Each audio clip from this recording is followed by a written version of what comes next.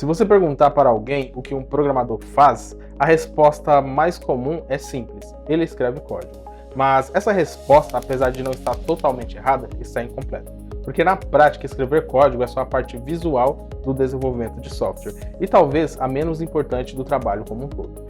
E é aqui que começa a confusão. Muita gente entra na área achando que programação é sobre aprender linguagem, decorar a sintaxe, fazer curso e pronto. Só que quando chega no mundo real, percebe que não entendeu nem metade do que realmente importa. E neste vídeo eu quero te mostrar exatamente isso, o que um programador realmente faz no dia a dia. Sem romantizar, sem hype, mas também sem simplificar demais. Porque quando você entende isso de verdade, muda completamente a forma como você enxerga a carreira de tecnologia voltada para a engenharia de software ou o famoso mercado de programação. Para você que ainda não me conhece, eu sou o Marcos. Minha formação é na área de tecnologia e eu atuo na área desde 2018, inclusive na área de engenharia de software.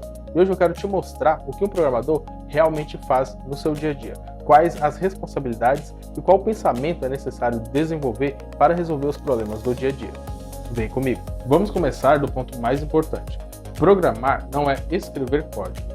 Programar é resolver problemas. O código é apenas a ferramenta para essa finalidade. Agora pensa assim, se hoje você utiliza um aplicativo de delivery, a solução para esse problema não foi o código em si.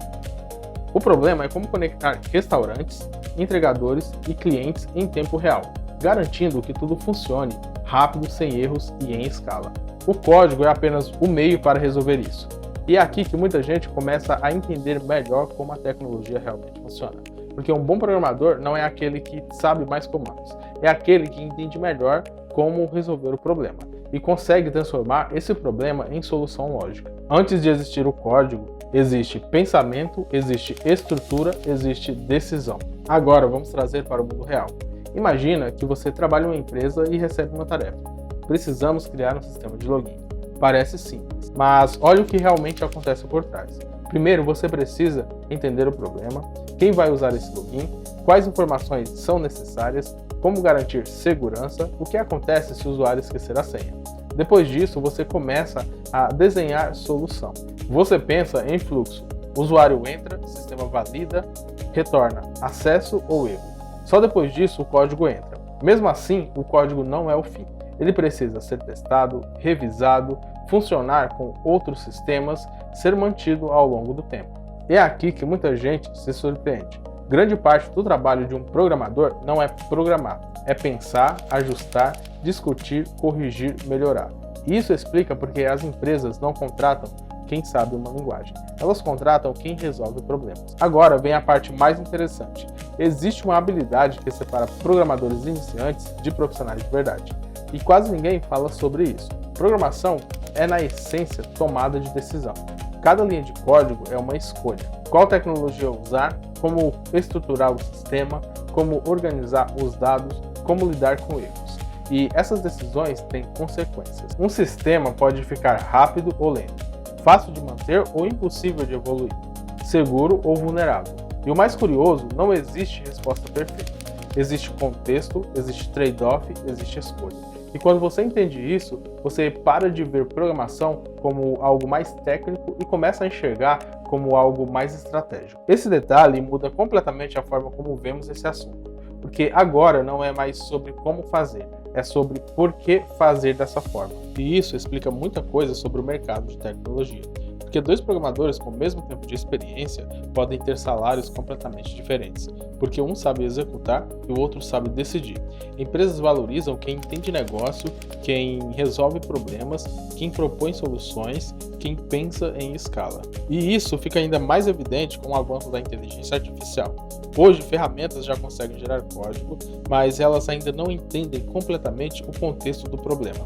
Elas não participam de decisões estratégicas, elas não assumem responsabilidades do sistema e por isso que o papel do programador não está desaparecendo, está evoluindo. Cada vez menos executor e cada vez mais pensador. Agora, olhando para o futuro, é fácil cair na narrativa de que a IA vai substituir programadores, mas isso é uma simplificação perigosa. O que está acontecendo, na verdade, é outra coisa. O nível de entrada está mudando. Tarefas simples estão sendo automatizadas, mas a complexidade dos sistemas continua aumentando. Isso cria um cenário interessante. Menos espaço para quem só executa, mais valor para quem entende o sistema como um todo. E aqui vai uma reflexão importante. Talvez o maior risco não seja a IA substituir programadores, mas programadores que não evoluem sendo substituídos por outros programadores que sabem usar IA melhor.